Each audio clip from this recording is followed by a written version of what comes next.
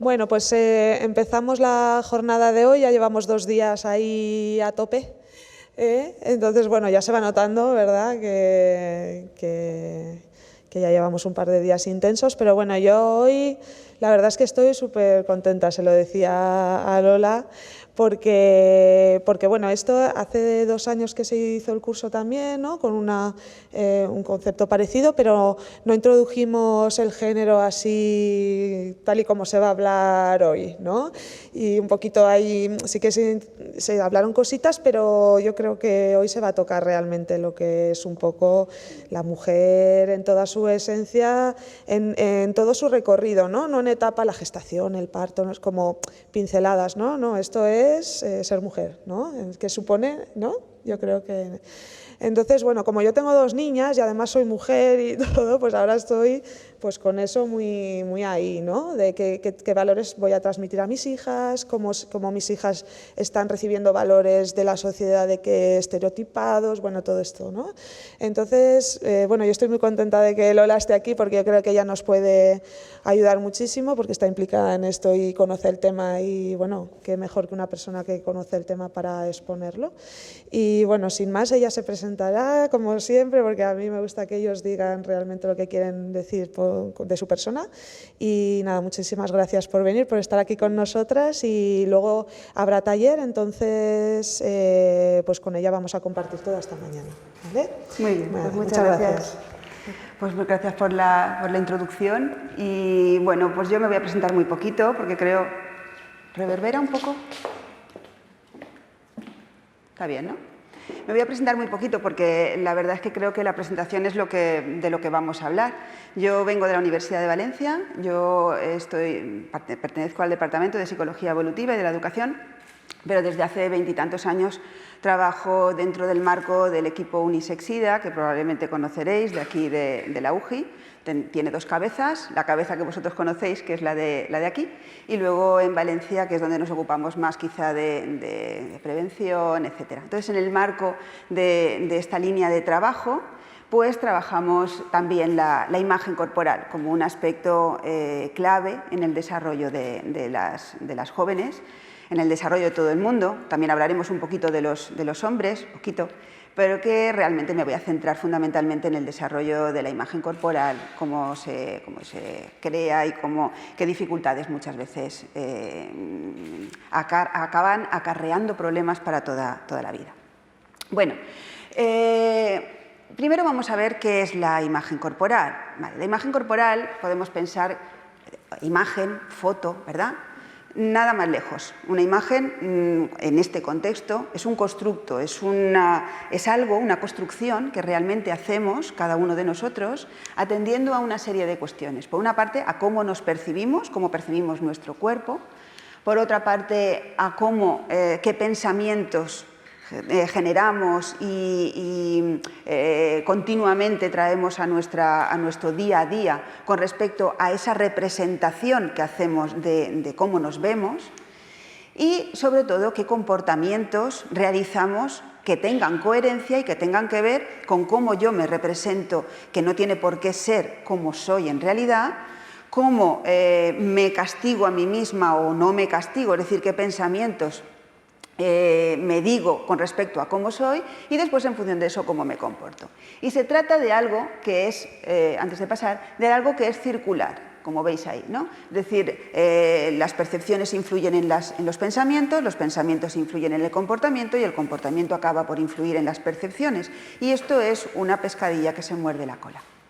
Podemos hablar entonces de 2 tipos de imagen, yéndonos a 2 extremos. Una imagen corporal positiva, donde vemos que en lo que se refiere a la percepción es cercana a la realidad. Es decir, no significa, para hablar de imagen corporal positiva, no estamos pensando en cuerpos bonitos, estamos pensando en percepciones cercanas a la realidad. Además, con unos pensamientos en los que tenemos claro que la valía de la persona no tiene nada que ver con la imagen que tenga. Es decir, yo puedo tener un cuerpo muy bonito y ser una persona valiosa, inteligente, capaz o no. Tener un cuerpo bonito y no ser así. Y tener un cuerpo no tan bonito y ser valiosa y también ser no valiosa. Es decir, son dos cosas que no tienen nada que ver. Entonces, una percepción, una imagen corporal positiva es aquella que separa lo que es puramente observable o visual, por decir de alguna manera, de lo que es algo interior. No tiene nada que ver. Y también es aquella en la que no ocupamos nuestro tiempo, nuestras experiencias, toda nuestra preocupación a el desarrollo de actividades, de cosas que nos permitan mejorar ese cuerpo, sino que aquello, bueno, pues tampoco nos produce especialmente problemas. Por lo tanto, estamos hablando de nuevo de percepción, de pensamientos y de comportamientos. Una imagen corporal negativa, por el contrario, es aquella en la que se valora de forma inadecuada las partes de nuestro cuerpo, donde nos fijamos excesivamente en una parte y no en otra, donde además consideramos que el atractivo es el único dato que nos puede dar acerca de lo que una persona vale o no vale, es decir, nos distorsionamos. Y por último, estamos tan incómodos que no hacemos más que intentar cambiar. Y para ello, dietas, lo que haga falta, ¿no? Es decir, si es por uno se siente muy blanco, pues horas y horas y horas sometiéndose, sea lo que sea, no estamos solamente hablando del cuerpo. Como veis, de nuevo, está afectada la percepción, está afectada la cognición o los pensamientos y están afectados los comportamientos. Bueno, ¿qué aspectos influyen en la construcción de la imagen corporal? Bueno, pues por una parte, el ideal de belleza que nos proporciona la cultura en la que vivimos inmersos, que es lo que se considera bonito. Eso es una primera cuestión.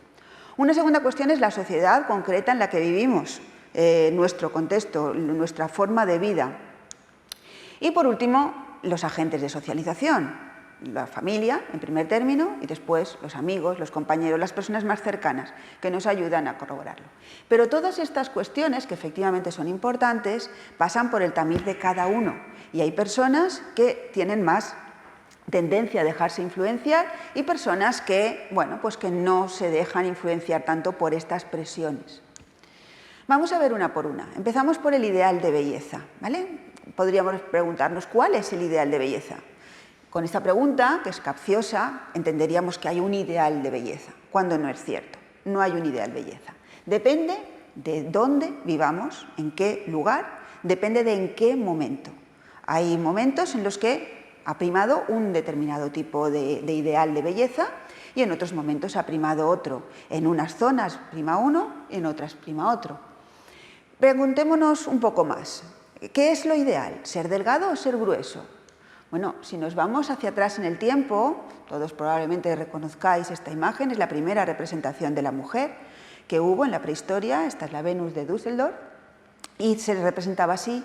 O sea, la mujer, el ideal de belleza, era una mujer con caderas gruesas, con pechos gruesos, es decir, y con muslos gruesos. Eso se entendía que era una garantía de maternidad y por lo tanto de feminidad, y esto era lo más deseado. ¿Esto se ha perdido del todo? Pues no, en determinados lugares del planeta, por ejemplo, las mujeres tuareg son valoradas por el número de michelines que tienen. Cuantos más michelines, pero pensémoslo, es lógico, es decir, en un lugar donde los pueblos son nómadas y atesorar riquezas es complicado, llegar a ser gruesa es ser rica, es ser poderosa, es tener muchas posibilidades, ¿no? Entonces, esto es lo deseado. Pero en nuestra sociedad no es así.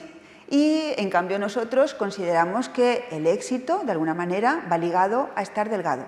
Por lo tanto, vemos en el tiempo y en el espacio diferentes formas. Vamos a responder también a esta pregunta, ¿no? ¿Qué es más bonito, qué es más bello, una mujer proporcionada o una mujer deformada? Una mujer, así a priori parece que una mujer proporcionada tiene que ser mejor. ¿Pero qué nos encontramos? Por ejemplo, las mujeres jirafa, para ellas la belleza consiste en tener un cuello muy largo, muy esbelto. Entonces se van poniendo anillos y cuanto más largo sea, mejor, ¿vale? Hay una serie de cosas asociadas a esto. Cuando una mujer es adúltera se le quitan los anillos, su cuello no puede y muere. Pero no importa, otras cosas hacemos todos para conseguir ese ideal de belleza. En otros lugares, por ejemplo, las mujeres etíopes se deforman los labios hasta poder poner eso. Esto ya no nos parece tan alejado, cada vez estamos viendo más personas que en las orejas, bueno, quizá en la boca no, pero aquí en las orejas sí se ponen esos, no sé cómo se llaman, extensiones. Sí. Bueno, si nos vamos a cosas también, bueno, pues que ya están desapareciendo, gracias a Dios, en algunas zonas rurales de China todavía quedan las mujeres que intentan que sus pies sean muy pequeños, porque los pies con forma de loto, se llaman así, pies de loto, son valorados como mucho más atractivos en esa sociedad. Eso que veis ahí abajo son los dedos. De tanto que se ha recogido, al final los dedos han intentado salir como han podido. Es decir, porque mirad que esto es la pierna y sobre lo que es la pierna apenas sobresale esto. Medid y vos veréis. Bueno, y diremos, nosotros estamos libres de culpa. No, nosotros sí que las queremos, nuestro ideal de belleza es proporcionado.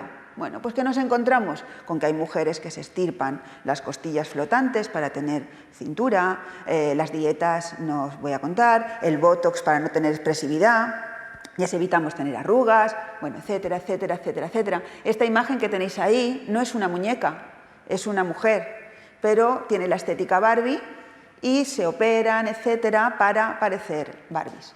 Con lo cual, bueno, pues parece que nuestro ideal de belleza va más por lo deformado que por lo proporcionado. Bueno, ¿qué nos encontramos como canon ya nuestro, ¿no? Vamos a nuestro canon de belleza. Bueno, en el siglo pasado hablábamos de los biopsicotipos y establecíamos tres tipos, ¿no? Estaría por un lado el endomorfo, el tipo de persona endomorfa, que es más bien gruesa. Para que hagáis una imagen vendría a ser como Sancho Panza, ¿vale? En el Quijote. El gordito, simpático, bueno, también esto se asocia con unas características de estado de carácter, etc. Pero nos quedamos en la forma física, blando, redondo. Luego tendríamos el mesoformo, que es robusto, musculoso, ¿no? Atlético, y el ectomorfo, que es delgado, frágil. ¿Qué es lo que ha ocurrido en hombres y mujeres? Que no hemos mantenido una igualdad en este sentido. Tenemos al hombre ideal, nuestro modelo de hombre, se asemeja a lo que se entendía como mesomorfo, musculoso, fuerte, atlético, ese es nuestro hombre ideal. Frente a nuestra mujer ideal, que es delgada, frágil, es decir, el ectomorfo. Es decir, que hemos escogido un modelo para lo masculino y otro modelo para lo femenino. Con una circunstancia importante, y es que en el caso de los hombres, no es que todos los hombres vayan a ser musculosos, pero de alguna manera su fisiología apoya un poco esto. Mientras que en el caso de las mujeres, mientras es niña, no hay problema, se puede ser tubular y delgadita, etc. Pero a medida que uno empieza a desarrollar los caracteres secundarios, pues nos salen las caderas, como en esa Venus que os decía de la prehistoria, nos salen las caderas que no hay manera de alisarlas, ¿no? Es decir, uno puede adelgazar todo lo que quiera, pero las caderas son las caderas y eso va a estar ahí.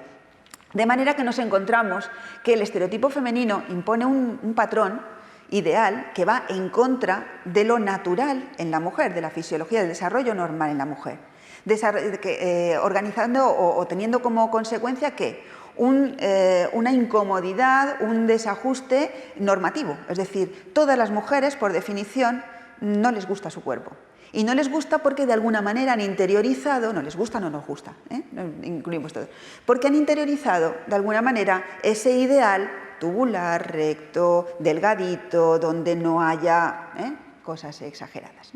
Por eso ese descontento que os ponía por ahí, ese descontento normativo.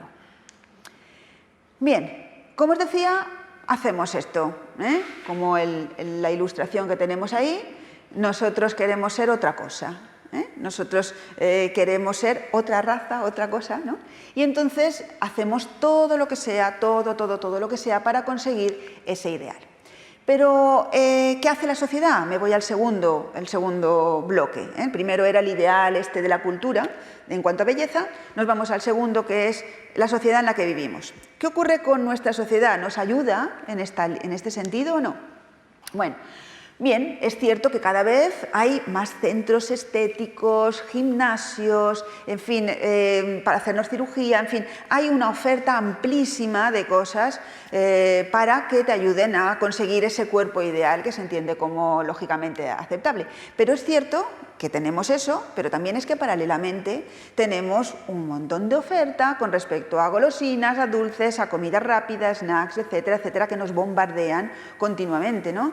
La comida basura, por ejemplo, todos entendemos a qué nos referimos, tiene ahora mismo el aliciente en determinadas marcas, que no voy a nombrar porque todo el mundo sabe cuáles son, que con 3 euros o con 4 euros, con un dinero muy asequible para un adolescente, para el bolsillo de un adolescente, tienes una comida. Entonces, claro, tú te vas con tus amigos y no te vas a ir a un restaurante, te vas a esos lugares. Luego ya lo penarás, ¿no? Esto es un poco como, vale, yo asumo esto que he hecho tan mal, ¿eh? Bueno. Además tenemos un estilo de vida muy determinado en el que vivimos lejos de nuestro puesto de trabajo, tenemos horarios tremendos, horribles. Es decir, aquello de voy a comer a casa, pues ya empieza a ser un poco un privilegio, ¿eh? Ya no todo el mundo, ¿eh? Entonces, bueno, pues recurrimos al tupper, recurrimos a... Bueno, esto del tupper ha sido una solución de ¿no? de los últimos años, porque en realidad lo que tenemos es que pues, la comida rápida, todo esto no ayuda, no favorece. Por otro lado, tenemos vidas muy estresadas, vidas en las que estamos a tope, no tenemos reforzadores, los psicólogos hablamos de reforzadores. ¿Y qué ocurre? Pues que llega un momento en el que dices, mira, he tenido un disgusto, he tenido un día horrible, ¿sabes qué? Que voy a abrir el congelador y me voy a sacar, como los americanos en las películas, un bote así de grande de helado, ¿eh? Y le voy a dar y ya está bien, ¿no? O chocolate o cosas así. Es decir, un poco como que es una manera que tenemos de sobrevivir, entre comillas, a la presión y a las frustraciones que supone el día a día. Luego, además, el ocio ha cambiado. El ocio antes era un ocio activo o más activo, pero en nuestra sociedad actual lo ha reducido bastante y nuestro ocio se ha quedado en videojuegos, en consolas, televisión, cine, tal, cosas muy sedentarias que uno, a ver quién puede ponerse a ver una película sin ponerse o palomitas, o papas, o bebidas calóricas, es decir, parece que es como... A ver, soso, ¿no? Es imposible hacer algo así sin esto. Y esto desde muy niños. Vamos entonces con la tercera pata, ¿no? De la mesa, que serían esos agentes que están ahí, la familia y los amigos, ¿no? El grupo de referencia. Inicialmente es la familia. La familia es el primer transmisor, son los primeros que nos hacen ver qué es lo bonito y qué no, explícita o implícitamente. Estamos sentados en la mesa y estamos viendo algo en la televisión y sale una chica, madre mía, esta chica, ¿cómo puede estar anunciando siendo así? O ¿por qué habrán puesto? Esos comentarios, que uno los hace sin ninguna maldad y sin ningún tal, nos están metiendo ese ideal de belleza, que es a lo que debemos tender y a lo que no. Además, son modelos. O sea, no es preciso que a nosotros nos pongan a dieta o que le pongamos a dieta al niño, ¿no? O a la niña de 11 años. Si la madre se está haciendo dieta y la madre no está gorda, sencillamente está, y está a dieta, pues el niño aprende o la niña aprende que aquello es como se debe de ser. Uno no debe extenderse ni tal. Bueno. Factores familiares, por lo tanto, es el primer espacio socializador, tenemos modelo, pero también, sobre todo, es donde desarrollamos los hábitos. Cuando en una casa, porque se trabaja todos fuera, no hay una hora de comer tranquilamente, pues luego las personas que van a desarrollar trastornos alimentarios se han acostumbrado a comer en solitario, no hay un espacio común donde estas cosas tal, o por ejemplo el consumo de frutas o el consumo de verduras, todas estas cosas se gestan como un hábito desde el inicio de nuestra vida. Si en estas etapas esto se descuida por X motivos, no vamos a entrar, que pueden ser muy lógicos y muy comprensibles, pues luego cuando uno tiene que mal comer, pues le cuesta menos no comer frutas, porque bueno, en casa tampoco nunca ha habido, ¿no? O había poco. Bien, os voy a mostrar los resultados muy brevemente, un par de diapositivas o 3, sobre los resultados de un estudio que llevamos a cabo hace unos años, en el que evaluábamos conjuntamente a madres y a las niñas, por parejas. Las niñas estaban entre cuarto y sexto de primaria, pues eso, aproximadamente 10, 12 años, ¿no? Y les evaluábamos con respecto a una serie de cosas, de ellas mismas y de sus madres. A las niñas les preguntábamos acerca de cuál era su figura percibida, cómo se veían ellas y cuál era la figura ideal, cómo creían, cómo les gustaría ser, si estaban satisfechas con su imagen corporal, qué tipo de pensamientos, le poníamos ahí varios pensamientos para que identificaran, y si estaban haciendo algún tipo de dieta en su casa, ¿vale? Y a las madres, sobre ellas mismas, les preguntábamos lo mismo. Pero de interesante de nuevo tenía que también le preguntábamos a las niñas lo que creían que pensaban sus madres de ellas, ¿vale? Es decir, ¿qué piensas que tu madre, cómo crees que tu madre ve tu imagen? Esto puede, los niños esto lo saben, como de cualquiera de vosotros sabría decir lo que piensan sus familiares o con respecto a uno mismo, ¿no? Bueno, con respecto a su imagen, si creían que su madre estaba satisfecha con la imagen de ellas, ¿no? Y si su madre les había puesto a dieta, bueno, en esa línea. Y en el cuestionario de madres, se le preguntaba acerca de la niña. ¿Está usted contenta con la imagen corporal de su hija? Etcétera, ¿vale? Era hetero, ¿no? Sobre ellas. Bueno, resultados que destaco, voy a destacar poquitos. En el estudio participaron en torno a 100 niñas, alguna más, pero por redondear, 100 niñas, de 9 y 12 años. Todas ellas, todas, tenían un índice de masa corporal normal, pero el 44,4% percibía que tenía más peso del que quería tener. Esto es un dato abrumador. Estamos hablando de niñas de 9 años, de 10 años, con un peso normal, que ya se vivencian como demasiado gruesas. Otro dato que valoramos, bueno, para analizar la importancia de las madres, ¿no?, en el desarrollo. Cuando las madres tenían sobrepeso o tenían una baja satisfacción de su imagen corporal, es decir, cuando las madres no estaban a gusto con cómo estaban, aunque no tuvieran sobrepeso, en ambos casos, las consecuencias con respecto a las niñas eran que ese pensamiento, me preocupa lo que piensen de mi figura, era muchísimo más frecuente que en el grupo de madres que estaban a gusto con su figura, ¿vale? Y además también aumentaba mucho la respuesta a este ítem en el que decían: hablo mucho con mis amigas en relación con la imagen corporal. Es decir, era un tema que clarísimamente les estaba preocupando. Además, también decían: sé que mi madre se preocupa por mi imagen corporal. Es decir, todas ellas marcaban que, sí, todas, la gran mayoría. Además, la mayoría de las madres habían puesto a dieta ya a sus niñas ahí.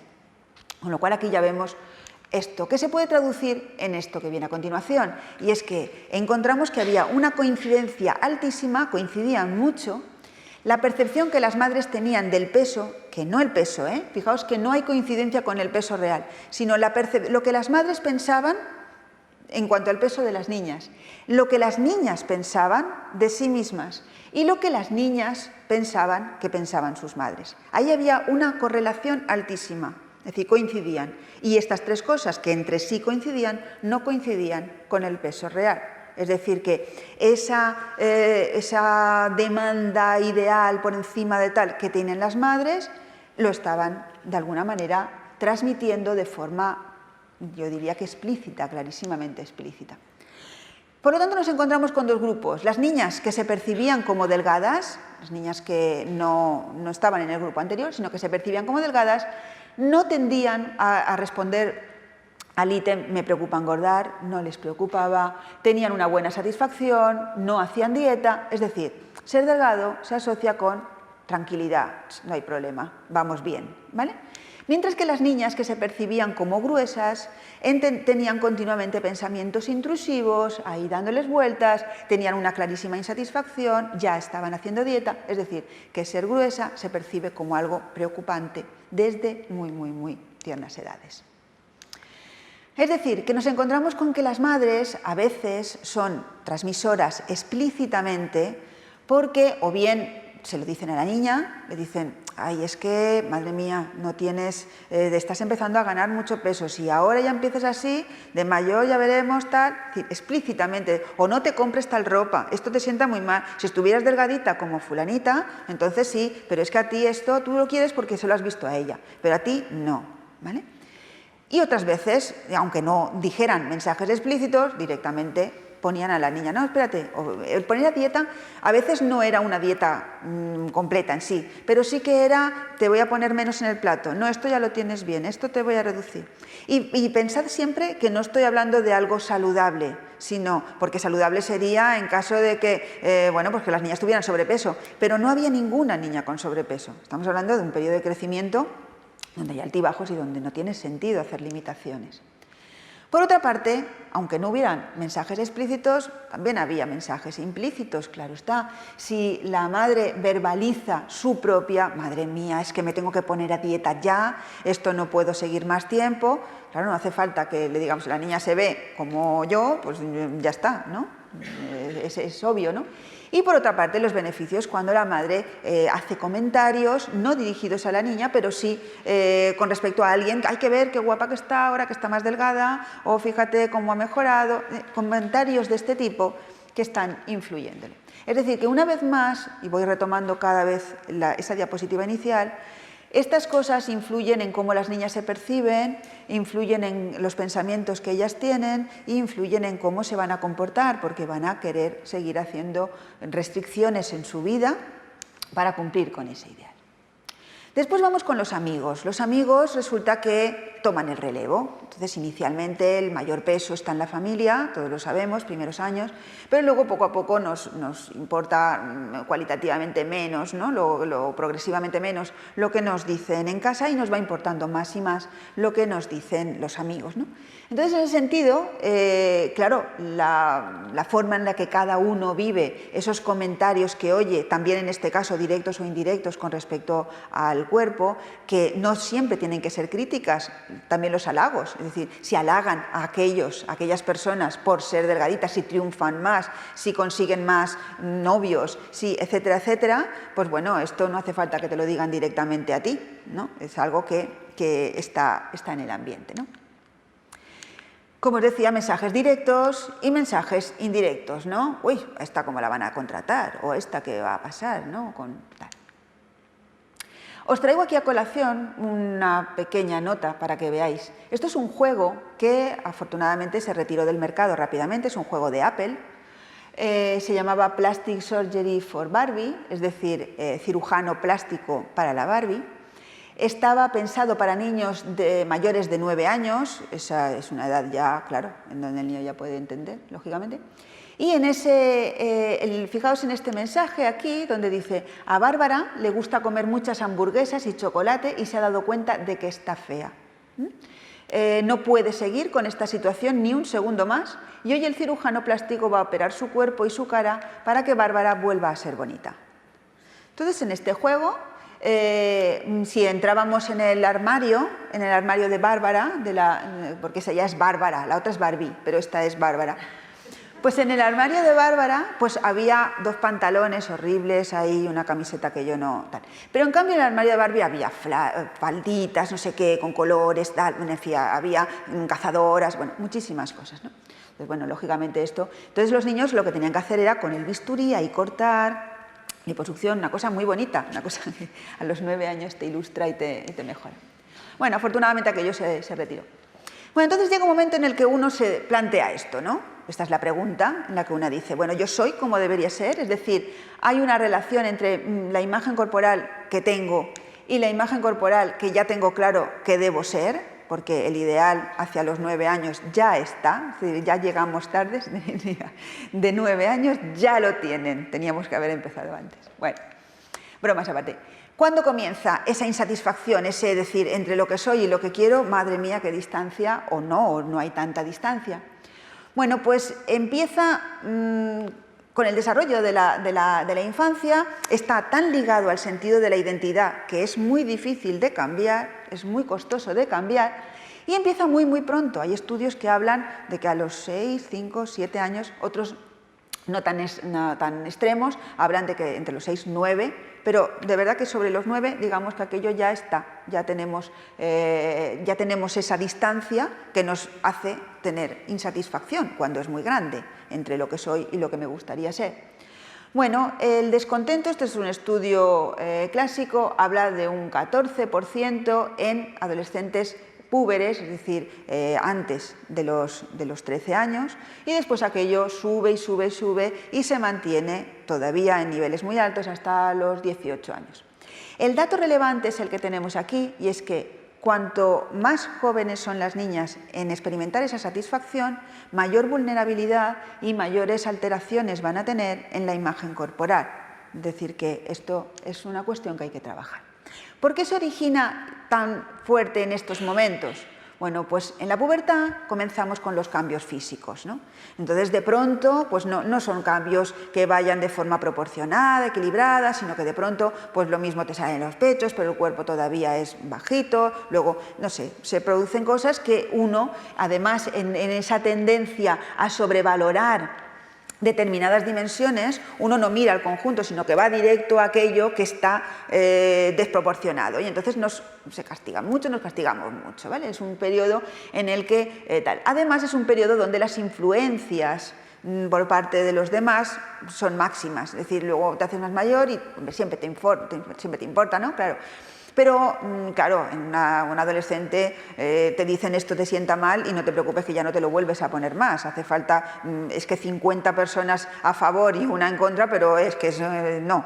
Entonces, bueno, es una etapa muy moldeable. Y luego los factores internos que hemos comentado, todo lo que tiene que ver con la socialización, esa internalización del ideal y sobre todo las experiencias interpersonales que hayamos tenido. Es decir, cuando una familia tiene un apoyo sólido y le hace entender que esa persona vale independientemente de lo que tal, pues obviamente esto es un antídoto, es algo que puntuará a favor, compensará todas esas influencias que podamos tener. Si ha habido unas pautas familiares, unos hábitos alimentarios correctos y saludables y el ejercicio pero sin excesos, etcétera, etcétera, pues todo esto será en positivo. En negativo, digamos, bueno, pues o bien esos mensajes explícitos e implícitos de que hemos hablado, tanto de madres como de amigos, pueden estar pesando en la balanza en el lado no saludable. Bueno, consecuencias de esa imagen corporal negativa, ¿no? Bueno, pues vamos a ver cómo nos va a afectar a muchas cosas. Nos va a afectar a la autoestima, nos va a generar cierta ansiedad, problemas en las relaciones con los demás, las relaciones concretamente las sexuales, depresión, etc. Y todo esto, que ahora mismo vamos a ilustrar con un caso, que creo que sí que vamos a ir muy bien de tiempo. Bien, todo esto que vamos a ilustrar con un caso vais a ver que es mucho más preocupante de lo que podemos imaginar. Bien, todo esto nos va a determinar, por un lado, un trastorno dismórfico, si además se da esa vulnerabilidad que hemos dicho y no tenemos factores que contrapesen en esto, etcétera, etcétera. Y también una predisposición a un trastorno alimentario. No nos va a llevar directamente a un trastorno alimentario, pero sí nos va a, digamos, a predisponer. Si se dan otra serie de características más, pues sí que podemos acabar en un trastorno alimentario. Yo no voy a hablar nada de trastornos alimentarios, eso de por sí ya da no para una conferencia, sino para un curso entero, entonces no vamos a hablar de eso, yo me voy a centrar en el trastorno dismórfico. Pero antes de esto, para que de verdad os hagáis idea de las consecuencias, os voy a leer un trocito, bueno, son un par de diapositivas o tres, un trocito, es un extracto de una novela, de un libro, que me gustaría que después, cuando acabara de leerlo, hicierais, igual ya habéis leído el libro y enseguida lo identificáis, pero si no es así, me gustaría que me dijerais de quién creéis que puede ser, ¿vale? ¿Quién podría ser el autor o autora? Para ver cómo vamos. Bueno, os leo, ¿vale? Me voy a poner a leer aquí mismo, ¿vale? Bueno, antes os introduzco. Es una chica, es una adolescente, ¿vale?, que en ningún momento a lo largo de toda la novela, y la novela es muy gruesa, en ningún momento tenemos un dato objetivo de cuál es su cuerpo, de cómo es su figura. Solamente sabemos lo que ella nos dice, como su figura y como su manera de ser, ni tampoco si es lista o es tonta. No tenemos nada más que la valoración que ella hace de sí misma. Es una chica hindú, se llama Sukhbinder, nombre rarito, y la novela se desarrolla en una aldea, en un pueblecito cercano a Londres, momento actual. Y ella es hija de una familia que todos son brillantes, ¿no? Los padres son médicos, son brillantes también, sus hijos son superdotados, los otros hermanos, ¿no? Y luego está ella, que no sabemos exactamente la realidad cómo es, sino los mensajes que a ella le llegan por parte de las personas que le rodean. Y los mensajes vienen de sus padres, por una parte, y de sus amigos o compañeros del instituto, por otra. Entonces, fijaos en esta situación, y el contexto ahora mismo es que ha llegado es por la noche, los padres han salido junto con los otros hermanos a una cosa y vuelven a casa. Y ella está en su cama y aún no se ha dormido. Vale. Empiezo. Boca arriba sobre la colcha, deseó con toda el alma estar muerta. Si hubiera podido suicidarse con solo quererlo, lo habría hecho sin vacilación. El señor Fairbrother había muerto, un vecino. ¿Por qué no podía pasarle lo mismo a ella? Mejor aún, ¿por qué no podían intercambiar su sitio? Así, Niam y Siobhan, que son sus dos hermanos, recuperarían son los dos hijos del señor que había muerto, compañeros del cole. Recuperarían a su padre y Sukhvinder podría deslizarse hacia la inexistencia, ser cancelada, eliminada. Su autodesprecio era como un traje de ortigas, le picaba y escocía en todo el cuerpo. Tenía que hacer ímprobos esfuerzos para aguantar y permanecer inmóvil. No quería precipitarse a hacer la única cosa que le ayudaba. No podía actuar hasta que toda la familia se hubiera acostado. Pero era insoportable quedarse allí tendida, escuchando el sonido de su respiración, consciente el inútil peso de su cuerpo feo y repugnante sobre la cama. Le gustaba imaginar que se ahogaba, que se hundía en unas aguas verdes y frías y notar cómo era empujada lentamente hacia la nada. Si la hubieran examinado sobre las cosas que Fats, este es un compañero de clase, le había llamado, habría obtenido el primer sobresaliente de su vida: la morsa tetuda, hermafrodita, la tarada barbuda, peluda, gorda y estúpida, fea y torpe, perezosa según su madre, cuyas críticas y exasperación le llovían a diario, un poco lerda, según su padre, quien lo decía con un afecto que mitigaba su desinterés. Él podía permitirse el lujo de ser indulgente con sus malas notas. Pero la indiferencia de su padre era preferible a la ira de su madre. Parminder parecía incapaz de comprender, Parminder es la madre, parecía incapaz de comprender ni aceptar que uno de sus hijos no fuera superdotado. Cuando alguno de sus profesores insinuaba que Sukhvinder, ella, podía esforzarse más, Parminder se aferraba triunfante a ese comentario.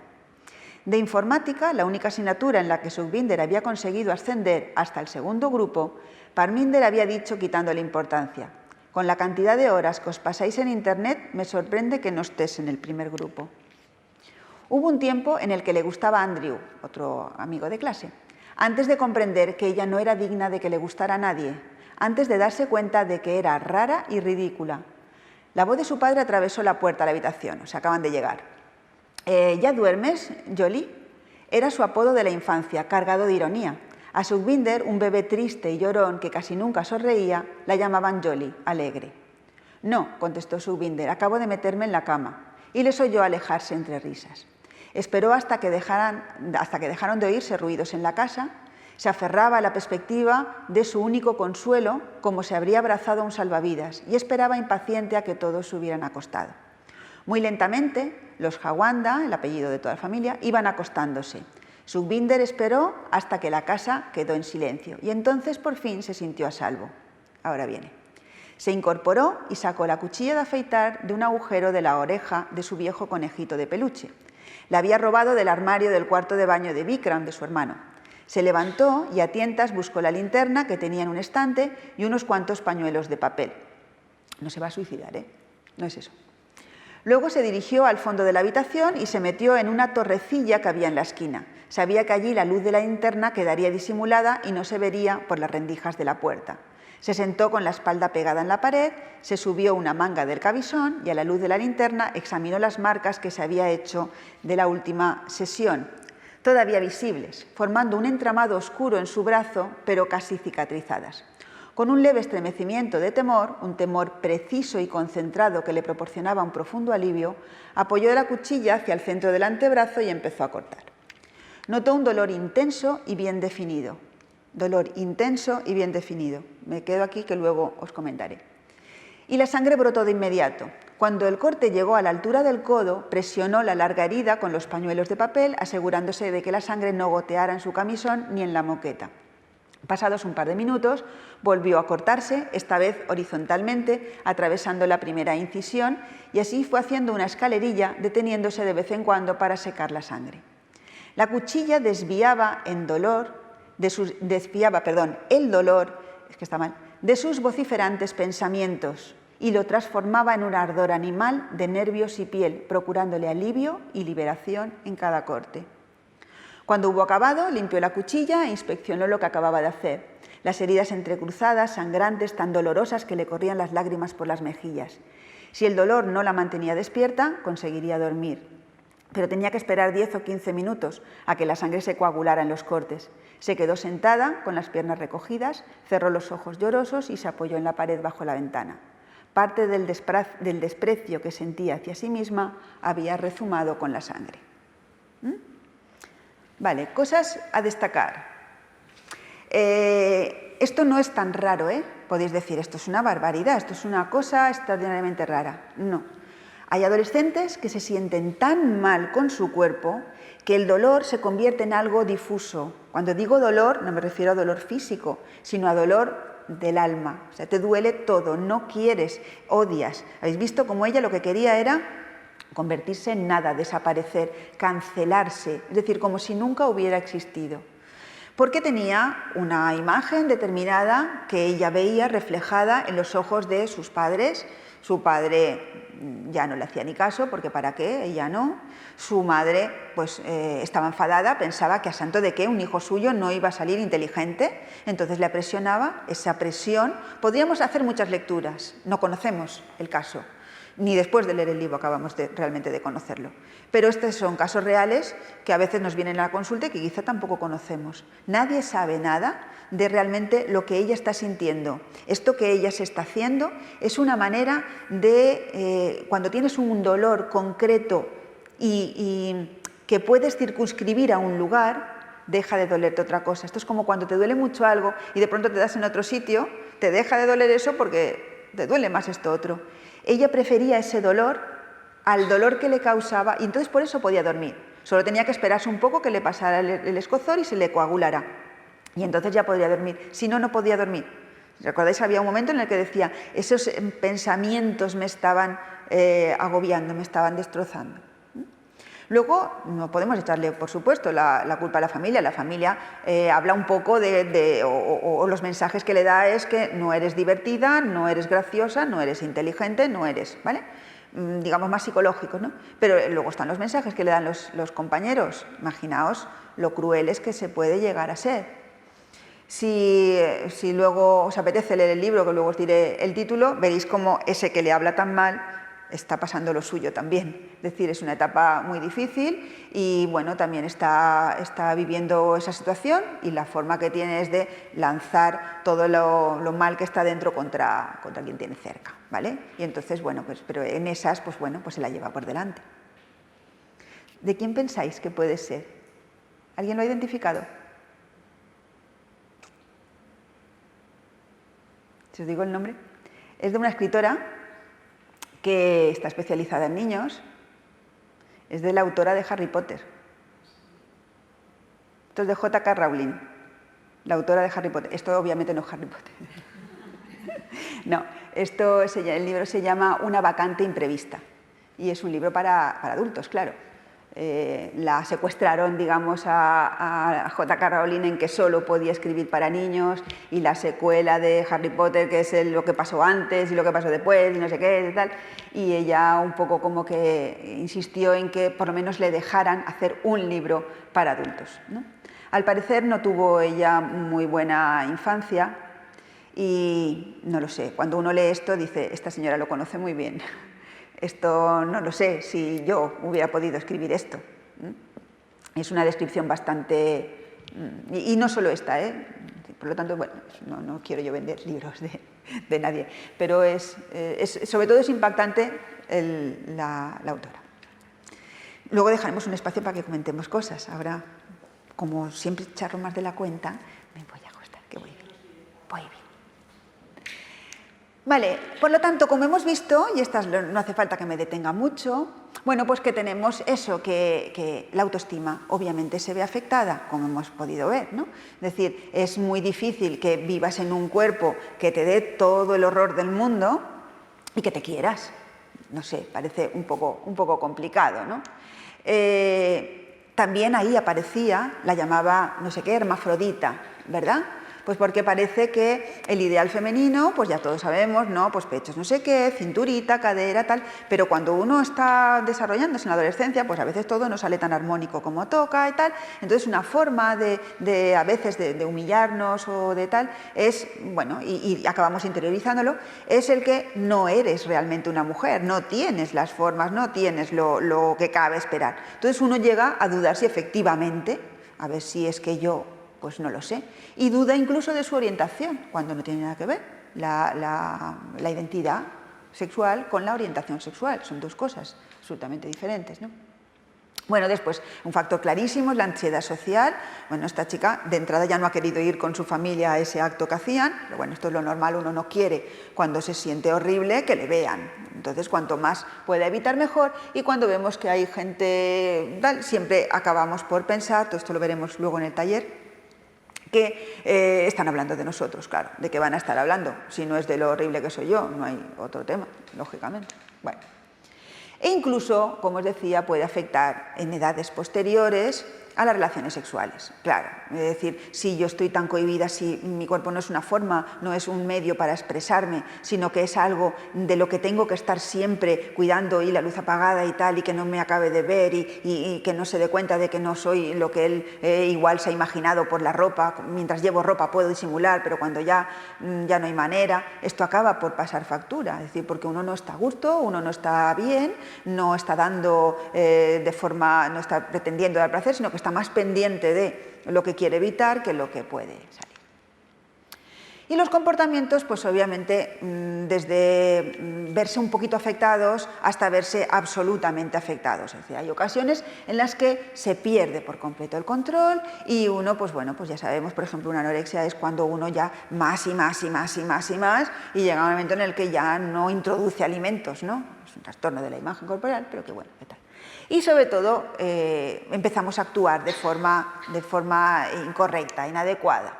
Aquí tenemos algunos ejemplos de conductas, pues el evitar ir a actos sociales, estar continuamente comparándose con los demás, a ver esta cómo es, uy, pues está engordado, no ha engordado, tal. Es decir, yo como estoy, antes era la que estaba, ahora soy la que más, ya he pasado el último punto, ¿no? Intentar cambiar de todas las maneras posibles, ¿vale? La cirugía, luego hablaremos cómo se está extendiendo, ¿vale? Estar continuamente mirándote en todos los espejos, a ver si cumples el canon, sí, tal, o al contrario, evitando ropas muy anchas, cosas que te tapen, bueno, etcétera. Estar continuamente, por ejemplo, pesándose, ¿no? En lo que se llama el reflejo de la madrastra, ¿no? Es decir, continuamente mirándote y besándote a ver, he dejado de comerme no sé qué cosa, voy a ver si ya aquello ya se nota, ¿no? Y bueno, y continuamente el dedicar todo el tiempo a esto, a arreglarse, para compensar todas esas partes que creemos que están. Bueno, entonces, como decíamos, esto que digamos que sería global, en un nivel mucho más grave o menos grave, nos llevaría a lo que entendemos por un trastorno dismórfico, ¿no? Así es como se llama actualmente, ¿no? Y la característica esencial estaría en esa preocupación excesiva por algún defecto o por alguna parte del cuerpo que puede que efectivamente no esté bien, pero lo que tampoco tiene sentido es esa preocupación que se sale, ¿no? Excesivamente, pero es que a veces es que ni está, sencillamente es un defecto imaginario.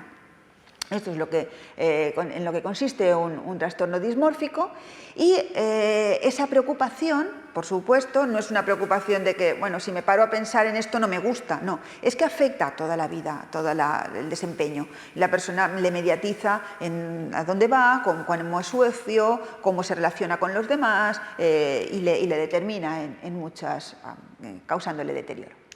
Bueno, vamos a ver algunos ejemplos de estas manifestaciones del trastorno dismórfico que para ser diagnosticado dentro de nuestro manual diagnóstico de enfermedades, nuestro DSM, que es el que tenemos de referencia, pues hay que llegar a un nivel extremo. Pero ahora veremos cómo que sin llegar a un nivel extremo, pero está demasiado extendido entre la población normal, entre las jóvenes normales y no tan jóvenes. Vamos a ver esas diferentes obsesiones con las piernas, con la cara, con la piel, vamos a ir viéndolas una a una. Excepto todas son fundamentalmente propias de las mujeres, son muchísimo más frecuentes en las mujeres y solo la última es la que es como ya iremos viendo, la vigorexia es más propia de los hombres, no es de las mujeres. Pero la he querido poner para que también no pensemos que esto de los trastornos de la imagen corporal son únicamente nuestros, es decir, las mujeres tenemos ahí mucho que andar, pero no somos las únicas, ¿no? Bueno, empezamos con el thick gape que consiste en, o es una manía, una moda, no sé cómo llamarlo, que consiste en que para estar bien, con las piernas juntas, tiene que pasar la luz entre ellas desde la parte más baja hasta la parte más alta. Muy bien. Constitucionalmente, eso es, vamos, es un órdago. A ver quién consigue. Hay mujeres que pueden estar delgadas, no delgadísimas ya mórbidas, y seguir teniendo mollita en los muslos, porque es que es propio de las mujeres. Bueno, pues no os podéis imaginar los blogs que hay, las cosas que hay con remedios maravillosos para conseguir que eso deje de ocurrir. Esto se ha amplificado, esto obviamente no es de ahora, pero esto se ha amplificado precisamente por las nuevas tecnologías. Han tenido muchas cosas buenas, pero también han tenido consecuencias negativas y esta es una de ellas, ¿no? Entonces, ahí tal. Sabéis que, bueno, cada vez que hable de esto, de redes sociales y tal, me diréis, bueno, pero esto es denunciable, y sí es denunciable, pero por ejemplo Facebook, cuando le ponemos un grupo con un nombre que sea el nombre de, yo qué sé, de una planta, de una fruta que no recuerde para nada, y yo entre la gente que quiero ya se lo mando y ya sabe lo que se va a encontrar dentro, ellos no pueden, por más que luego se denuncie, no se puede eliminar, ni quitar, ni tal. Es decir, que nos estamos encontrando con que ponemos normativas para poner cota a la difusión de este tipo de mensajes, pero siempre aparece otra forma de que sigan proliferando, porque hay una verdadera necesidad de que esto esté así. Otra cuestión es el tema de la cirugía, ¿vale? La cirugía pues ha aumentado extraordinariamente en los últimos años, ha aumentado muchísimo.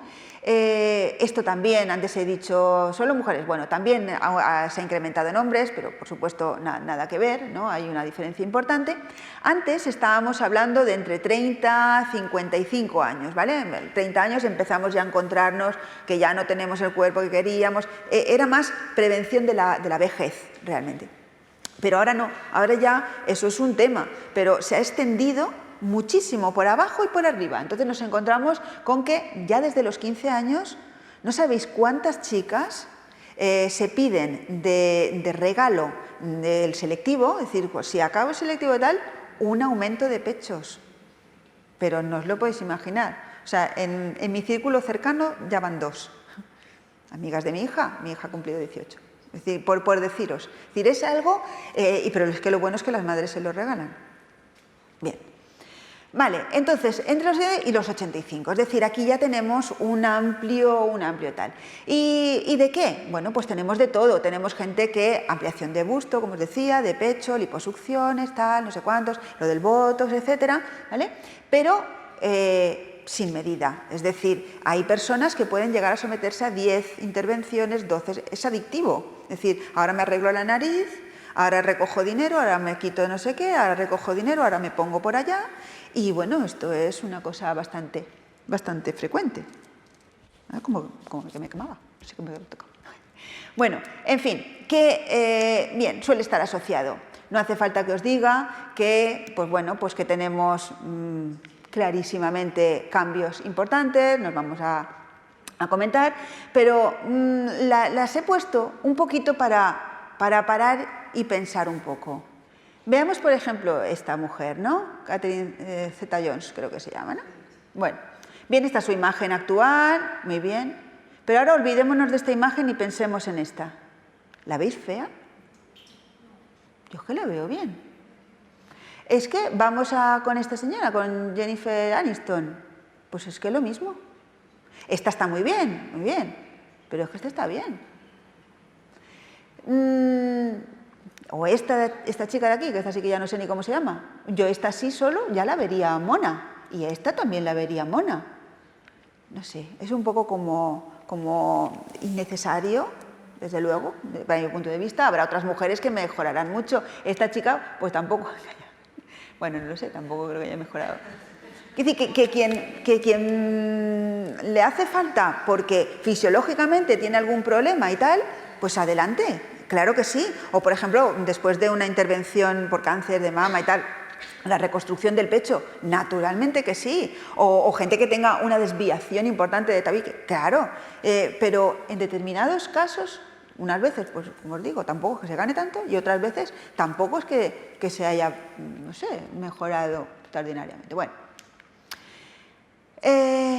las modas se extienden, y no solamente a Occidente. Esta, que se llama blefaroplastia, que es un nombre muy raro, es propia de las mujeres japonesas, que tienen los ojos, ya sabemos, así achinados, alargados, ¿no? Y no les parecen bonitos, les parece atractivo lo occidental, entonces se hacen operaciones en las que además son bastante complicadas, ¿no? El doble párpado superior, en fin.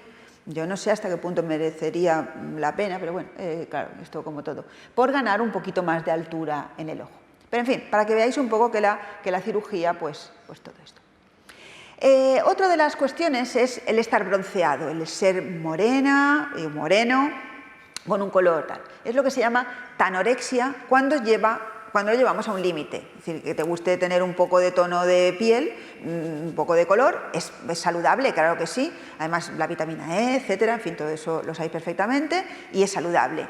El problema es cuando uno va y vuelve y está horas y horas en periodos del día en los que es absolutamente insaludable, es decir, donde no es correcto, ¿no? En periodos, en la banda de entre las 12 y las 5 de la tarde, donde está clarísimo que no deberíamos someternos a esa radiación, pero una y otra vez, ¿vale? Y cuando nunca consideran que su piel está suficientemente bronceada, siempre necesitan más y más y más, y además el no estar suficientemente bronceado les genera esa angustia, esos sentimientos de incomodidad con su propio cuerpo, como decíamos que es un trastorno dismórfico.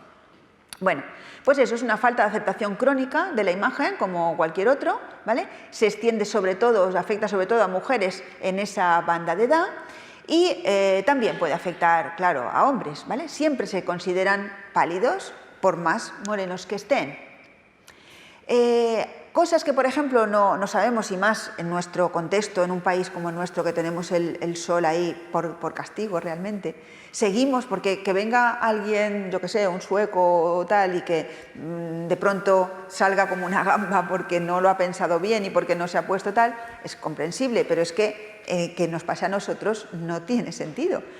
El fototipo, por ejemplo, que es saber qué tipo de piel tienes y, por lo tanto, en función de eso, qué tipo de protector te tienes que comprar. Es decir, no es cuestión de vamos a comprarnos todos el protector 30 o 50, ni tampoco, no, yo tengo la piel bien. No, tenemos un capital solar y ese capital solar se consume.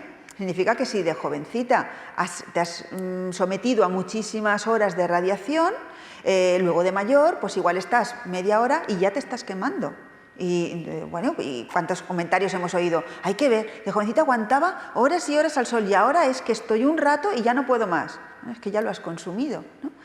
Eso dentro de lo que es la normalidad. El problema es cuando, a pesar de tener, porque la tanorexia fue acuñada por dermatólogos americanos que veían a gente que venía con lesiones del sol y que te decían que a ver qué pomada le podían dar porque dentro de un rato se iba a tomar el sol, porque como estaba tan blanco. Y el dermatólogo decía, pero ¿cómo ¿vale? Entendía que aquello era un problema que excedía la pura medicina, ¿no? Bien, otra cuestión, como antes decíamos, es el pelo, ¿no? La blondarexia. Tenemos el cliché occidental de que para triunfar hay que ser delgada, sí, y hay que ser rubia. Tenemos asociado, y claro, en todos los lugares no es así, ¿no? Y aquí, por ejemplo, a veces tenemos más asociado también que rubia, tonta, tal, pero en determinados contextos se considera que no se triunfa de verdad si no se tiene un cabello adecuado. Tenemos muchos referentes, os he cogido desde clásicos como el de Botticelli, ¿no? Pasando por, bueno, pues por Marilyn Monroe, etc. Gente en diferentes etapas donde siempre se ha asociado que pelo claro o rubia, cuanto más platino mejor, permite el acceso a determinados círculos, es decir, poder en ese sentido, ¿no? Diréis, bueno, pero esto realmente, bueno, Pues os voy a comentar que hay aldeas en Siberia, por el norte de Rusia, por la zona tal, donde prácticamente viven del cabello de las jóvenes, tienen el color un platino súper bonito, entonces se lo dejan crecer y cuando está lo cortan y lo venden a Estados Unidos. Y aquello, imaginaos lo que les pagan para que haya aldeas que prácticamente viven de criaderos de pelo. Y en Estados Unidos, cada 2 por 3 hay noticias de que han atracado una peluquería de altísimo standing porque acababa de llegar un cargamento de pelo de este tipo, porque aquello es valoradísimo, valoradísimo. Y la gente paga para tener extensiones y tal, y a veces pelucas enteras, si tienes muchísimo, muchísimo dinero, pelucas enteras, porque el tema de ser rubia, que aquí en España, yo creo que, gracias a Dios, todavía no hemos llegado a ese nivel de tontería, pero como todo nos llega en cuestión de tiempo, en Estados Unidos es un verdadero problema. Bien, y entonces por poner un poco del otro, teníamos la vigorexia, ¿vale? Que es un poco, no es tanto perder, pero antes, como hemos hablado, el ideal femenino, pues el ideal masculino era ser musculoso. Bueno, pues en el caso de los hombres quieren obtener su ideal, igual que nosotras hacemos lo que sea por adelgazar y por tener el cuerpo que se acople a ese ectomorfo que hemos dicho, ellos buscan su mesomorfo, es decir, su ideal que tenga que ver con esos músculos, y por eso son capaces de todo, es decir, todo tiene su punto medio, es saludable. Ir al gimnasio es saludable. Estar todo el sábado en el gimnasio no es saludable. Tomar más verduras, más frutas y tal, es saludable. Tomar anabolizantes y cosas para que te salgan más pronto los músculos, pues no es. Entonces, cuando uno, por más musculoso que esté, todavía se sigue viendo, como en el dibujito, se sigue viendo, esto es como es, y esto es como se ve delgado, tiene que hacer más músculo, tiene que hacer lo que sea para conseguir más, porque no hay manera, ¿no? Cuando esto es así y se empieza a ver afectada la vida social, y la persona no quiere ir a sitios, porque ¿cómo va a ir con la pinta que tiene, tan flacucho? Es el equivalente a nosotros, ¿no? ¿Y qué es lo que hace? Pues todo lo que sea. Y al final, es que ya no es que no vaya porque no quiere, es que no tiene tiempo, porque no puede dejar de ir al gimnasio, tiene que seguir yendo, ¿no? Entonces, esta problemática afecta muchísimo, ¿vale? Dietas estrictísimas, con suplementos proteicos, hormonas anabolizantes, continuamente mirándose. No sé si habéis estado en gimnasios unisex, ya habéis visto, yo es que a veces he estado. Hacen sus pesas y terminan y van al espejo y miran a ver y vuelven. Tú dices, es el equivalente a me como un yogur en vez de un bocadillo y me subo a ver si esto ya se nota en la báscula. Lo mismo. Bueno, es un trastorno, por lo tanto. Y con esto pues lo cierro y así he encajado muy bien y así podemos hacer preguntitas. Yo creo que después de visto esto, y como luego vamos a trabajar con mucho más detalle cada una de las cosas, me quedo solo con este mensaje. Si pudiéramos entre todos contribuir a un mundo en el que las mujeres, por una parte, tuvieran una percepción realista de su cuerpo, no un cuerpo perfecto, sino una percepción realista de su cuerpo, comprendiendo que no existe el cuerpo ideal. Sencillamente. Eso es una cosa que se trabaja y se moldea y tal, mediante cirugía, mediante muchísimas restricciones, que no sé si merece la pena llegar. De esta manera conseguiríamos liberarnos un poquito de la moda. Si por otra parte fuéramos capaces de aceptar que la imagen corporal no tiene nada que ver con lo que yo soy, o sea, y nos liberáramos de eso, es decir, si pudiéramos sencillamente, pues bueno, pues no tengo el cuerpo de Claudia Schiffer, pues muy bien, tampoco lo necesito, y además imaginaros qué pesado todo el mundo detrás mirando, escribiendo y tal. Y si además pudiéramos, teniendo todo eso claro, dedicar nuestro tiempo a alimentar aquello que de verdad nos es útil, cuando vas a hablar con alguien, antes de empezar a hablar, te miran. Y te pueden hacer hasta un escáner, pero luego empiezas a hablar, y desde el momento que empiezas a hablar ya eres lo que eres dentro. Entonces, si dentro no hay nada, pero la cáscara es súper chula, pues vale, pero quédate callada toda la vida. porque en el momento que hables se va a ver lo otro. Entonces, no te preocupes tanto de la cáscara que te sirve hasta un minuto antes de empezar a funcionar, y ocúpate de lo que vas a necesitar para todo el resto del tiempo, lo que te va a hacer de verdad que te vendas. Muchas veces, el otro día comentándolo con un becario mío, me decía, ya, pero es que es cierto que cuando tú vas a una entrevista de trabajo, claro, lo primero que miran es tal. Digo, sí, y todo eso es cierto, y tenemos que mirar nuestra forma de vestirnos, y tenemos que mirar, todo eso es cierto. Pero es que un minuto después, yo empiezo a sacar mis habilidades y a mostrarme cómo soy, y estaré cortada o no cortada, pero yo habré aprendido cómo desenvolverme en una situación de ese tipo, etcétera, etcétera. Y bueno, muy malo tiene que ser el trabajo para que prime más mi apariencia física que mi calidad a la hora de hacerlo. Con lo cual, los trabajos a los que no puedo optar quizás son aquellos que no me interesan. Todo hay que valorarlo, ¿no? Es decir, si es verdad, si yo lo único que quiero es ser, por ejemplo, modelo, por supuesto, todo esto no que hemos dicho no vale. Es decir, nos quedaríamos en la primera, en el ideal de belleza, y ya está, ya por él. Pero no todos somos modelos. Realmente hay un porcentaje muy pequeño de personas que se dedican a eso. Otras muchas se dedican a otras cosas. ¿Por qué estar todos, no?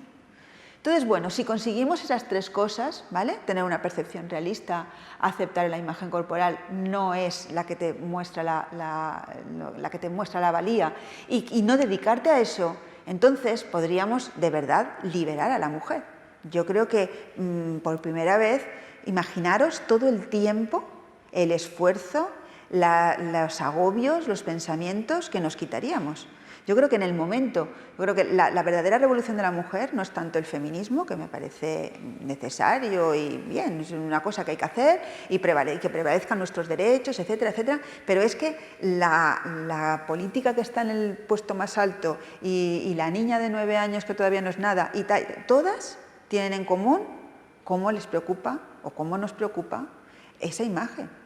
Imaginaros todo el tiempo que seríamos capaces de ganar para otras cosas, ¿no? Entonces, bueno, esa era un poquito la imagen de lo que quería mostraros ahí. Claro. Quedado prudencialmente para que me hagáis los comentarios, las sugerencias, las preguntas que creáis oportuno.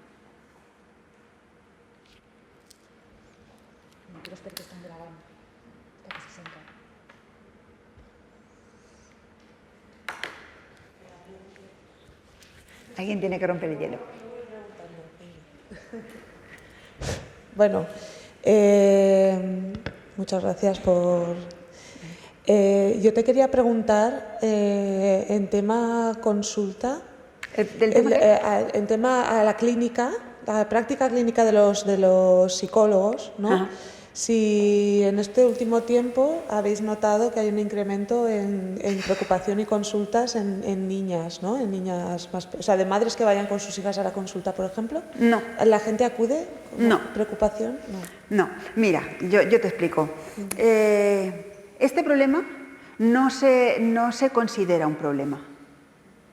No sé si con esto la idea ahora lo explico todo, pero la idea es esta. Es decir, el que una niña a los 9 o 10 años esté preocupada porque está gorda no es un problema, es lo normal.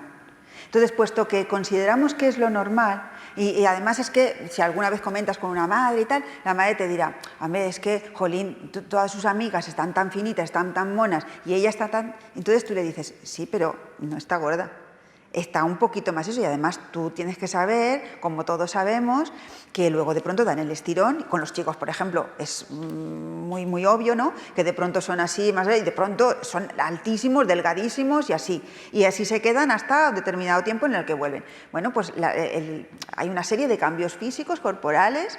Cuando las chicas entran en la pubertad, tenemos las hormonas son traicioneras, y entonces pues de pronto pues te salen los pechos y las caderas cuando todavía la altura no la tienes, luego das el estirón, luego...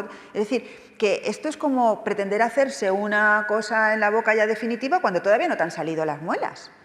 Espérate a que te salga todo y entonces... Pero tenemos tanto miedo, y este es otro tema que lo coloco así de soslayo, es decir, llevamos a los niños a la ortodoncia mucho antes de lo razonable, y con la idea de que, bueno, pues que cuanto antes mejor se tal. Bueno, sí, yo he hablado con dentistas que no son peseteros, es decir, que son otra cosa y que te dicen, sí, yo puedo empezar a poner cosas desde muy pronto, pero es que todavía la mandíbula no tiene el tamaño, no ha crecido. Es que ahora me voy a preocupar porque estén amontonados cuando luego se van a colocar. Pero es que proyectamos. Entonces, si yo no tengo los dientes muy eso, pues yo quiero que mi hija, cuanto antes, pues igual que uno quiere, si ha llegado a determinado nivel profesional, que su hijo llegue a más, eso es muy normal, pues todos los problemas y todos los conflictos internos que hemos tenido a lo largo de nuestra adolescencia, pues queremos prevenirlos. Entonces, si yo me acuerdo que tenía no sé qué complejo con la boca, pues ya a mi hija la voy a llevar desde antes de que aparezca el problema. Si yo me acuerdo que yo tenía un problema con el altura, pues la voy a llevar antes de que tal. Entonces, no consideramos que sea un problema el hecho de que alguien esté preocupado, nos parece que es lo normal. Y como mucho, yo por ejemplo tengo mucha relación con una mujer que tiene una niña pues que está un poquito, pero que no dirías, o sea, seguro que le medimos a nivel de IMC y no lo sobrepasa, pero en fin, sí que se le ve un poquito más eso. Bueno, pues está preocupadísima, ha ido a los profesores a preguntarles tal, y luego me viene a mí y me dice, pero es que, ¿te puedes creer que mi hija no lo ve? ¿No lo entiende? O sea, es que los niños de verdad que... Y esta niña además es sanísima, se lo pasa muy bien todo, y su madre está quitándole comida continuamente. Le ponen el plato y la niña, cuando se descuida la madre, se pone más. Y llega la otra, que no, que no. Entonces tú dices, bueno, vale, porque no es saludable. ¿Dónde está ese entre lo que es saludable y lo que no? Bueno, pues a veces es consultar a un profesional, pero no hay más consultas de eso. No hay. Ni siquiera, ya te digo, adolescentes que quieren aumento de pecho y tal, eso es un problema que se dirime en casa. Se le plantea, y si ahí económicamente se puede, se hace. Se hace eso, se hace lo de la láser, se hace todo. O sea, no sabéis la cantidad, bueno, no lo sé si en vuestro contexto, pero yo que estoy ahora mismo en esas edades y tal, la cantidad de dinero, la cantidad de preocupaciones y de tal que se tiene ahí. Lo de aprobar el selectivo, pues sí, también, ¿no? Pero lo importante, desde luego... Sí, hombre, claro, vamos a ir con un cuerpo que te someta. Pero sí, pero yo al principio quería que me decías si había aumentado más las problemáticas y tal en relación con las... Sí que han aumentado más, las estadísticas hablan, pero esa es una cosa que es como una burbuja que queda por abajo. ¿Sabes? Incluso cuando se llega a un trastorno ya grave, ¿no? Como por ejemplo puede ser una anorexia, hasta que salta a la luz, otro caso que tuvimos cercano, la madre de pronto un día le dijo, quítate la camiseta que quiero verte. De verdad la madre hasta ese... Bueno, y se enfadó tanto y tal, y le dijo, esto lo estás haciendo contra mí, esto es personal contra mí, fuera de aquí no te quiero ver, ¿vale? ¿De verdad la madre se dio cuenta de que la chiquita pesaba 41 kilos esa mañana? ¿Dónde estaba esa madre? O sea, quiero decir que...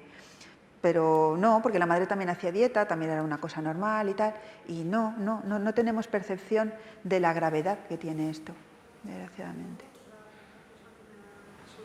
La cosa que me ha surgido ahora, de madres a hijos chicos, varones, por ejemplo. Madres a chicos, varones. Sí. O sea, ¿o habéis observado, o tenéis algún estudio? De nuevo se vuelve a ver... Es que claro, los niños gorditos, o sea, quiero decir, que también se dice mucho lo que dices tú, ¿no? Que están gorditos, tal, y luego los chicos más tarde es cuando pegan el estirón y sí, cambian. No hay presión. Por los estudios que hemos hecho y tal, las madres... Es que claro, fíjate, el modelo es el progenitor de tu mismo sexo. Entonces el modelo del chico es el padre. Y los padres pues no tienen esa presión que tenemos las madres, o sea, los hombres mayores, la presión que tienen las mujeres mayores de tener el cuerpo, tal, no sé qué. Eres gordo, pues hoy eres gordo. Eres calvo, pues eres calvo, ¿qué le vamos a hacer? ¿Sabes? Y cuando se ponen a dieta suele ser porque las mujeres les dicen, oye, que ya está bien, que esto ya es demasiado, ya por la salud, pero no es por la imagen corporal. Entonces el hijo ve ese modelo y dice, pues oye, no pasa nada. Quiere decir que no hay. Luego, hacia la adolescencia sí que la hay, pero por los músculos, eso sí, pero no por ser tal. Luego hay otra cuestión importante también, y es que heredamos la constitución, ¿no? Entonces, cuando un niño ve a su padre alto, fuerte, tal, o igual no tan fuerte, pero grandón y tal, aunque se vea gordo, es un poco como diciendo, ese es el espejo donde yo me voy a ver. Entonces, como que no, o sea, tiene el modelado actual del padre que come sin medir, ¿sabes? Y que luego aparte hace deporte, pues sí y tal, y entonces el hijo también va. Y entonces, el que se haya descuidado un poco no es un problema. Mientras que la chica sí que también ve a su madre más gruesa y entonces eso sí que es un problema, ¿vale? Bueno, el concepto de preocupación, en el caso de mujeres y de hombres, no tiene nada que ver. Nosotras vivimos muy, muy preocupadas.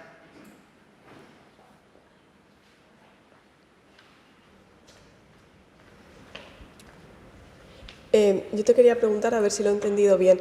Cuando las niñas entre 9 y 10 años empiezan a vivir los primeros cambios físicos, el aumento de pecho, la aparición del vello, es un momento natural cuestionarse, ¿no? Esta soy yo, estos son los cambios, pues estaré bien, ¿no?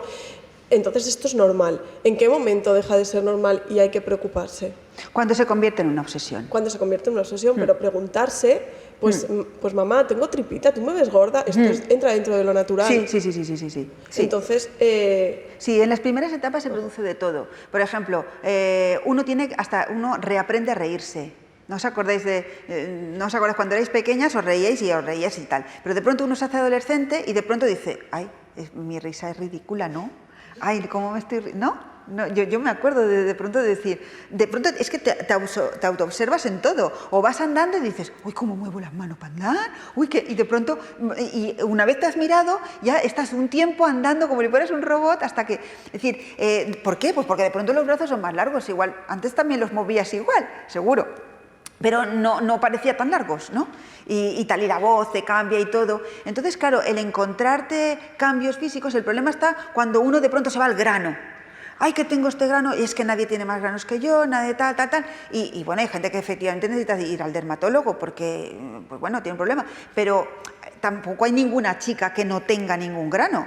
O sea, tener granos es normal. El problema es tener muchos. Cuando tienes mucho, vas al médico, pero cuando no, es una cosa bastante normalita. Entonces, ahí están las madres para normalizar. No pasa nada, que sí, ahí tengo una crema que te seca, y además que, oye, que te vean con un grano, ya no te preocupes, dale 2 semanas que alguna amiga tuya tendrá uno, así que no pasa nada. Sí. Nosotros en psicología, cuando hablamos del desarrollo, del ciclo vital, hablamos de que hay diferentes cambios. Esto es interesante. Hablamos de los cambios que son normativos de edad, los normativos históricos y los no normativos. Los normativos de edad son aquellos que tú sabes que vas a pasar por ahí, ¿vale? Por ejemplo, tienes 50 años, pues toca la menopausia. Y entonces, ¿qué pasa? Que ese es un cambio que puedes prever. O sea, has tenido a tu madre, has tenido a las amigas de no sé qué, en fin, has estado viendo cómo eran los síntomas, tal. Entonces, cuando llegas, ya llegas un poco como acolchada por ese conocimiento en la primera regla. Pues de nuevo, o sea, las madres, todo el mundo sabe que hacia los tal va a aparecer. Entonces ya van preparando al niño para que no se lleve susto, para que tal, no sé cuántos. Esos son los normativos de edad, esos son los mejores. Son aquellos que podemos prever y que además hemos visto cómo los soluciona la gente y para los que estamos preparados. Y la adolescencia, mal que nos pese, es normativo de edad. Luego están los normativos históricos. Los normativos históricos no son propios de una determinada edad, pero son propios de una generación entera, ¿vale? Por ejemplo, el haber vivido la riada, ¿vale? Pues la riada afectó a todo, o el 11M, ¿vale? Por poneros ejemplos. Son cosas que nos han afectado a todos y que ha habido un antes y un después, por ejemplo, a la hora de subirte a un avión. Lo que te piden ahora, nada que ver con lo que te pedían, las restricciones, ¿no?, que había antes, ¿no? Entonces, esos normativos de edad, históricos, hacen que, por ejemplo, Antes de la crisis económica, pues la gente tenía dinero para el ocio de determinado tipo, pero de pronto se acabó, en fin, todo el mundo empezó a tener problemáticas y tal, familiares y tal, a nivel económico. Entonces, claro, yo ya no me puedo pagar una cena y luego una discoteca y luego no sé qué, porque no me llega, ¿no? Entonces yo prefiero quedarme en casa viendo algo. Y mis amigos coincide que también. Entonces yo ya no me siento mal. Eso solamente hace, yo qué sé, 10 años antes, si yo no tengo dinero para irme de cena y con mis amigos, yo me siento mal, porque soy la única. Pero cuando todos estamos pasando por lo mismo, pues bueno, pues como que es más llevadero. Pero no tanto como la edad, porque no es previsible. O sea, uno no sabe con qué se va a encontrar, ¿no? Ahora todos los jóvenes tienen que reestructurarse su vida a la hora de buscar trabajo. Las carreras, por ejemplo, clásicas, ya no tienen casi salida. Hay carreras emergentes. Todos estos cambios son imprevisibles, pero todos jugamos con las mismas condiciones, ¿no? Y luego están los no normativos. Los normativos son los que te pasan a ti solo. Y pueden ser positivos o negativos. Por ejemplo, negativo, pues quedarte sin padres a los 5 años. Eso es un no normativo. Nadie te ha preparado para eso y tu grupo de referencia no se ha quedado huérfano a los 5 años. Esos son los peores. Entonces nos movemos en estos 3 tipos de cambios. Nos afectan, son sucesos vitales que afectan nuestras vidas. Entonces, un cambio normativo de edad es lo mejor que te puede pasar. Es decir, tú tienes granos, pero tú ya lo sabías que ibas a tener granos, porque a los 14, 15 años todo el mundo tiene granos. Entonces, dentro de que es una desgracia, pues no es una gran desgracia, ¿vale? Y así un poco con todo. Es decir, pues el de pronto ponerse gorda, bueno, pues es que casi todas tus amigas les están saliendo las caderas. Hay algunas que se quedan delgaditas, pero lo de aumentar en eso es una cosa que empieza a ser tal. Entonces, apoyémonos en eso. Cuando la niña empieza a tener cambios y no la dejéis que se fije en eso que está tan horrible. Es que fíjate las pecas, es que tengo más pecas que nadie, tal. Bueno, todo el mundo tiene pecas y ya verás cómo las pecas, no te preocupes que esto además, bueno, pues con tu tipo de piel y con tu pelo, es que te queda muy bien. Vamos a imaginar una cara tuya sin pecas, pues tampoco sería tan... Apoyémonos en que todo el mundo, en que no comparen, entonces lo veremos luego en el taller, con ese grupo ideal que no tiene pecas, que no tiene grasa, que no tiene granos, que es tan súper perfecto, sino que compare con tu amiga la que se sienta contigo y todo el rato traerle referentes reales. O sea, no es... no, es que es lo real, es que toda la gente es como tú. Y el que no... Vale, muy bien, ella no tiene eso, pero fíjate esto otro que tiene. ¿Te parece? ¿Y tú por eso la quieres menos? No. No sé si más o menos respondo, porque me he ido un poco.